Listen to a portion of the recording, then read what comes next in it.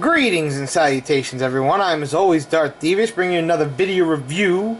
This time, a third-party review of the Mini Warriors Hench from iGear. I got this, as you saw my haul video at the NJCC, and as you also know, the seller included the Reprolabels. Haven't put the Reprolabels on yet. I will.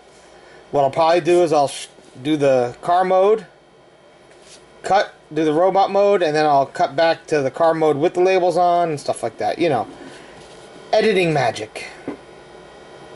There's no magic to it. It's a couple clicks on a screen. Anyway, you see the Solar Fun box and all this stuff. We've seen this before because you all saw my Not Outback review, or you should have seen it. You can read his little bio about, you know, him being shrunk down by Ratchet, basically, and stuff like that. Yeah. Schematic. He does have his card. I'm not taking it out. We all know what the third-party cards look like by now. Alright, let's bring in the little guy. And here he is. And if you saw the review I did of their Outback, or I can't remember his name, but it's basically Joe and Outback. Same car mode. No difference at all, other than the color scheme. Not much else to say about it. It's the car mode. He comes with a shotgun instead of the other gun. Rolls. 2 gas tanks on the back. Exhaust pipes. Front end. Underside. Folded up robot. Visible head syndrome. Blah blah blah. There you go. Alright. Now with the magic of Reprolabels, we are going to go from this to this, where we now have the Reprolabels on him. As you can see, you get these nice metallic stickers for his windows. Even gives him windshield wipers. You get some headlights. And I went with the Brawn sticker for the license plate. On the back here, you can see he's got some tail lights now. This was the default for the Brawn sticker, which is why I went with Brawn on the front. Otherwise, you're just going to have to put one of the other stickers on there. And on him, I went with the cartoon symbols. So it didn't say where to put this one. I put it there. I just thought it looked good there. Gives him an Autobot symbol in his robot mode. Or in his vehicle mode, I should say. And we'll see, here he is with Outback. One difference between him and Outback. Outback has this little extra piece which gives him the winch at the front there. So that's always nice. So all in all, it's just a subtle effect in vehicle mode, as you can see. I mean, it replaces the black. Because Outback had the same black with just these metallic-y blue cartoon-looking windows, which really works. Really works. And the headlights are nice and a nice little addition. Alright? Alright. I'm going to put him in robot mode. And we'll see what the Reprolabels did there.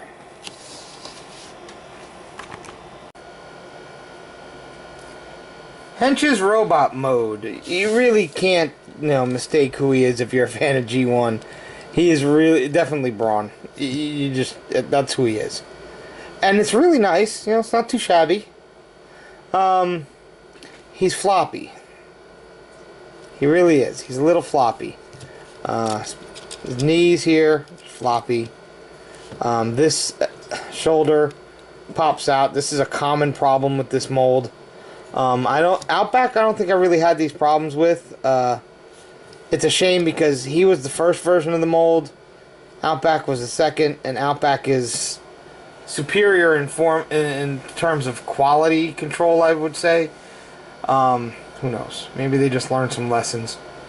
So yeah, I mean, his head moves. It's not easy to move it because it is. It's on a ball joint, but there's not a lot of clearance for somebody with fat fingers. He has a second face Back here, I can't seem to get it to turn, so I'm not going to try, but it's more the G1 toy face. I like the G1 cartoon face. We're going to keep that. Looking closely on his face. He's mean. He's green. He's Brawn. You get a ball joint here at the shoulder. Like I said, this one pops out. Like if you breathe on it the wrong way. It does have a pin joint there. Got a ball jointed elbow. He does have a waist joint. It's not too shabby. It's actually part transformation because you want the part with the screw hole in the back, which also, when you do that, allows these to become part of his inner heels, and these actually help support him. So yeah, you kind of want to do that when you transform him. He does have a little bit of a ankle tilt, not much, just enough to make you happy. Ball jointed hips, ball jointed knees, and these ones are a little floppy on mine. So yeah, there you go. And he was sealed in plastic. The plastic wrap, shrink wrap, was still on the box. So I'm the first one to mess with this one. But, you know, he is a little plain. So, with the help of Reprolabels, we're going to go from looking like this to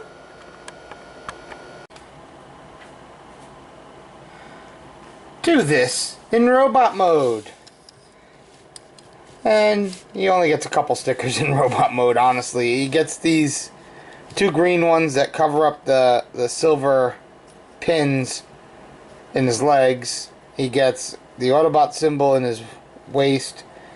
This little sticker here, and then this little sticker here. That's it. Just a couple little subtle details, but they do, you know, give him more of an Autobot look now. He's not just a generic Brawn lookalike. He actually looks like an Autobot. There you go. I like I said, I went with the cartoon versions for Brawn here because I like having the cartoon face. There are a few other stickers on here, and you have the other license plates if you want to use them. There's a little tiny, let's see if I can zoom in on that, laser beak in cassette mode sticker that you're supposed to stick like up on here on either side to replicate a moment from one of the cartoons if you wanted to. I just didn't do that. There's also, come on, focus, there we go. There's also like a bullet wound that you could put on him somewhere. I haven't yet. I just find it funny that there's a bullet wound sticker for him. All in all, you know, the stickers give him just enough. I mean, it's a small set. It was easy to apply, and it gives him just enough to make him not look so third-party generic. And yeah, we're bringing Outback, and what I did with Outback is I took the comic book stickers, or the G1 toy stickers, and put on him because, you know, he needed them. So he got one of these things for his waist, an Autobot symbol, and if you saw there, I put the other Autobot symbol there. He was missing Autobot symbols. He had none. So I wanted him to have some. And yeah. And these two guys look good together. Brawn, unfortunately, is the floppy one. Hench, you see, he does not want to stand. I did not know what I'm going to do with this because it's not the ball joints. It's the pin joints that are loose, and they're big pins. I don't know how much the floor polish it's going to take to fix that. Yeah. Still, I like these mini warriors. I have, you know, one other one, which is the Not Swerve, which I already reviewed, and they're pretty good. And they fit in with the classics. I'm gonna bring him in. He's very dusty, but we'll show you. Here's Classics Cliff Jumper, and you can see they all fit in right with that scale. They have similar articulation with the ball joints in the elbows and stuff. So yeah, not too shabby. I recommend these guys. Hench, like I said, be careful, because he was the first version they did. He's got a few flaws that they fixed when they went to this. I've never had his shoulders pop out like his does. This one on him is just really bad, and his knees are nowhere near as loose as his. So, but still, these other guys out of here. And the Reprolabel set is worth it if you get this guy, just to give him that slight enhancement and make him look good. So there you go. That was the iGear Hench, aka Brawn.